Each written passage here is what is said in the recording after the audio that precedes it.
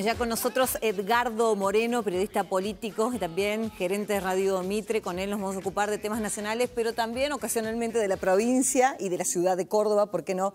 ¿Cómo estás, Edgardo? ¿Cómo te va? Hola, Cruz, ¿cómo estás? Buenas tardes. ¿Cómo te trata esa pandemia? Ahí dentro del escritorio, me parece, ¿no? De la biblioteca. Sí, dentro de la burbuja, sí.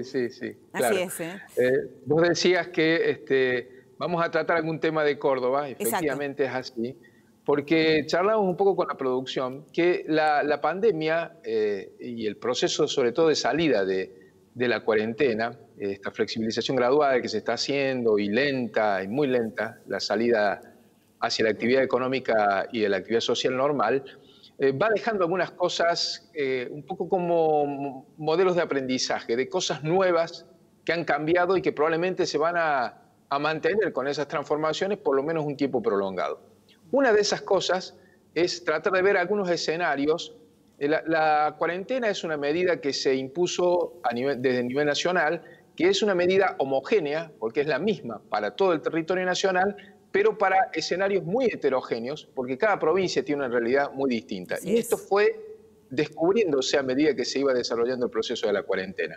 En ese proceso, en el caso de la ciudad de Córdoba, y este era el ejemplo que queríamos traer a colación para el análisis, podemos ver algunas novedades que se fueron dando y que probablemente vayan a quedar, algunas de ellas van a quedar a largo plazo, como a las transformaciones que produjo en la actividad económica y en la actividad social, esto de la convivencia con un virus de estas características.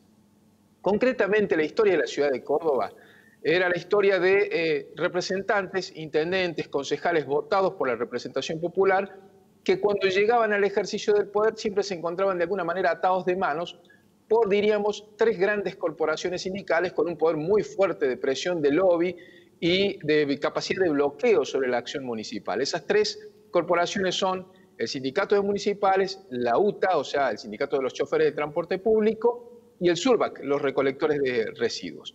La novedad que se ha ido viendo durante el transcurso de la pandemia es que ha habido una modificación de relaciones ahí. La gestión del intendente Yarlora, luego de un comienzo con el obstáculo que estas corporaciones imponían al desarrollo normal de las actividades, durante el transcurso de la cuarentena se encontró también con una oportunidad para modificar en algunos puntos ese esquema de relaciones. Concretamente, en el caso del Sindicato de Municipales, el clima social que impuso la cuarentena era el de sindicar o visualizar a los empleados municipales como una suerte de privilegiados dentro del contexto de la pandemia, porque no estaban trabajando, obviamente, porque todas las actividades se habían cerrado, pero siguieron cobrando en tiempo y forma sus salarios, cosa que un gran porcentaje de la economía de la ciudad de Córdoba no tuvo ese privilegio. Se tuvo que adecuar y en algunos casos sucumbió a la crisis, perdió su fuente de trabajo, perdió sus ingresos en el caso de los autónomos, de los comerciantes. Y al mismo tiempo el sindicato se encontró con la traba de que en un escenario de cierre de las actividades de presión vía la paralización de actividades, el trabajo a reglamento, lo que son las medidas de presión habituales e históricas de los sindicatos, tampoco tenían efectividad. De modo que en ese contexto Yarlora encontró una veta, una posibilidad como para intentar una mínima transformación o el inicio de una transformación en las relaciones con el sindicato municipal.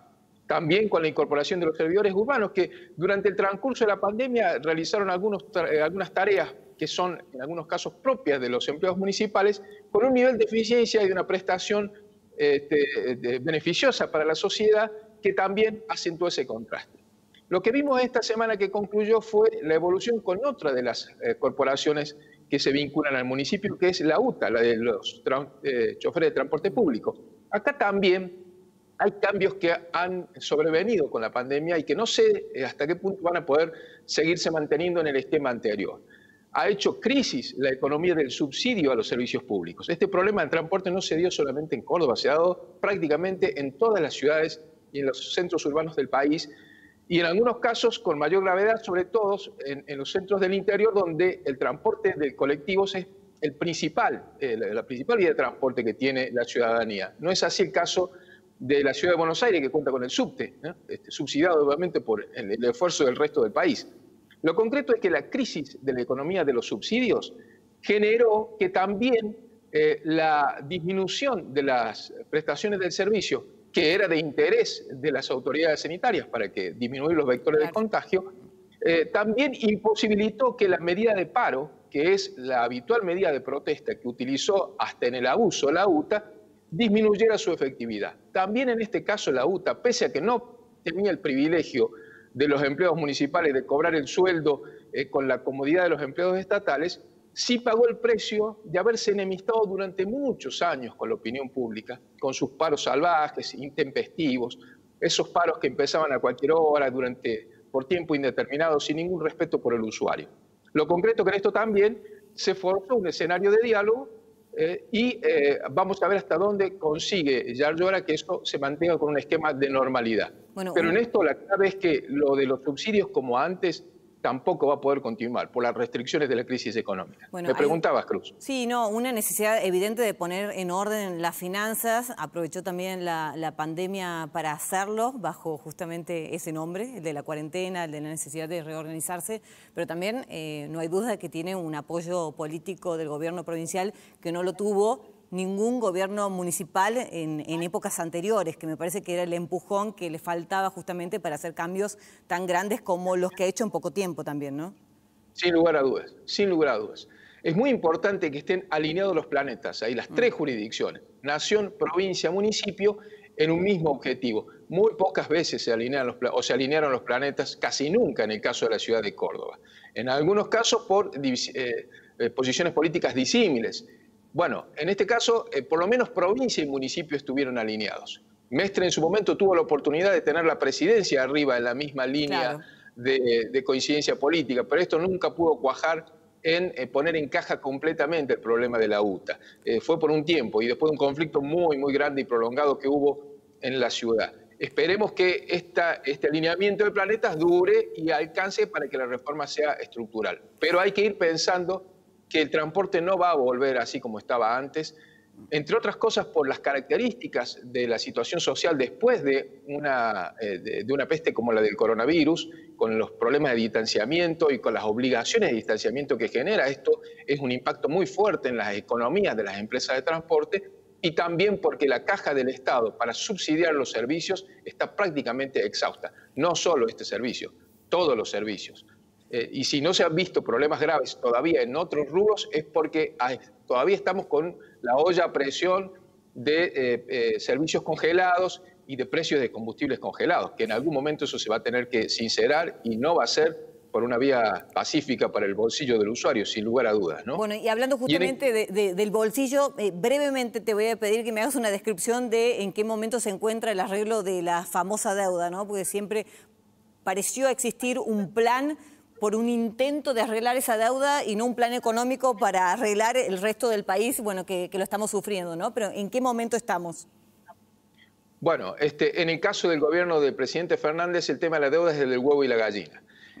Toda la vida la sociedad le demandó un plan que incluya la negociación de la deuda y que se sincere ante la sociedad para saber hacia dónde va la recuperación, la prometida recuperación de la economía argentina. Él siempre dijo que era al revés, que primero quería arreglar la deuda para, en función de esa gran restricción macro, diseñar el plan. Bueno, ahora estamos viendo que no tenía ni un plan ni para la deuda ni para la economía.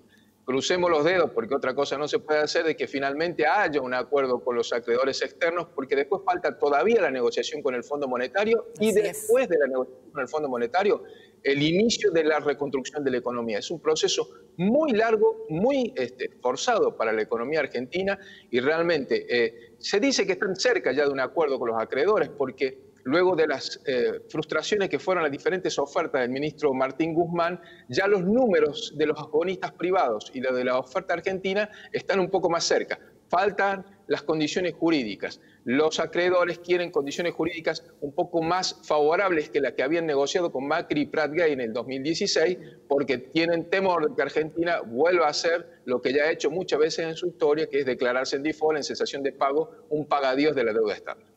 Bueno, te despido, pero ¿sabes qué? Quédate, porque en un ratito vamos a estar hablando con un humorista y le vamos a pedir que nos saque, ¿no? de esta rutina de peste y crisis económica en la que venimos envueltos hace un montón también los argentinos, ¿eh? Gracias, Edgardo. Me quedo a escuchar. Ahí está. Nosotros hacemos una pausa y Larry de Clay enseguida con nosotros. Ya volvemos.